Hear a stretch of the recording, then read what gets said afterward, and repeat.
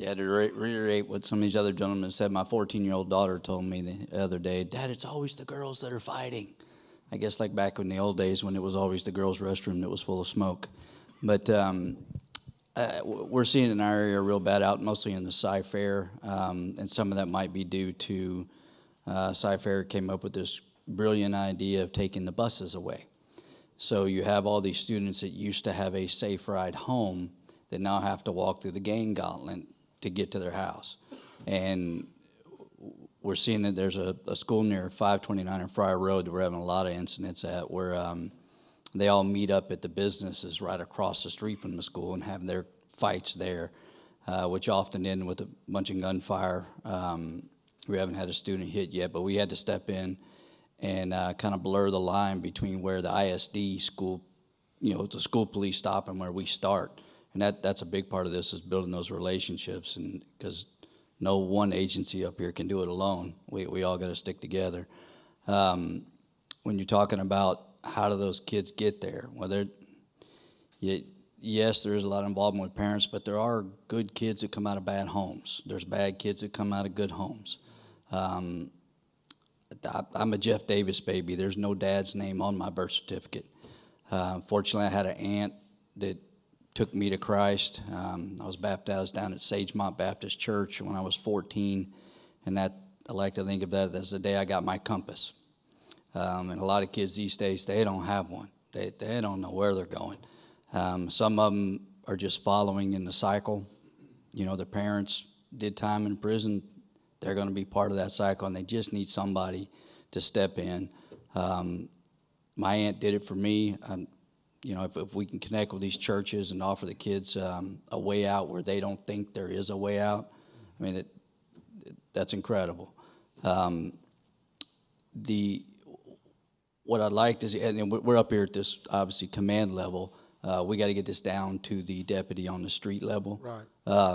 What I'd really like to see is maybe the church maybe on a website or something that has where an officer's with a kid that they can look at and say, hey, this kid is on the verge here. This is somebody I think we can save. How do they get a hold of a pastor that's close to them? Sure. If maybe there was a website with a map on it or something that I can direct all my officers to that they could click on and say, man, there's a pastor right here that wants to help. Here's his phone number. Let's call him. I mean, we know the problems exist. I don't think we're going to do away with bad parents. But if we can intervene and save some of these kids that can grow up to be good parents, I think that's very, very important. And the church's ability to talk to kids without that wall in front of them that's been created by those around them. You don't talk to the police. Everybody's told that. Snitches get stitches. You don't talk to the cops. So that wall doesn't exist in the church. So y'all can go a lot further than we can with these kids. So having somebody, especially in the heat of things that are occurring, that they could talk to is very important. I was looking at something the other day. There's a group here called the Young People in Action.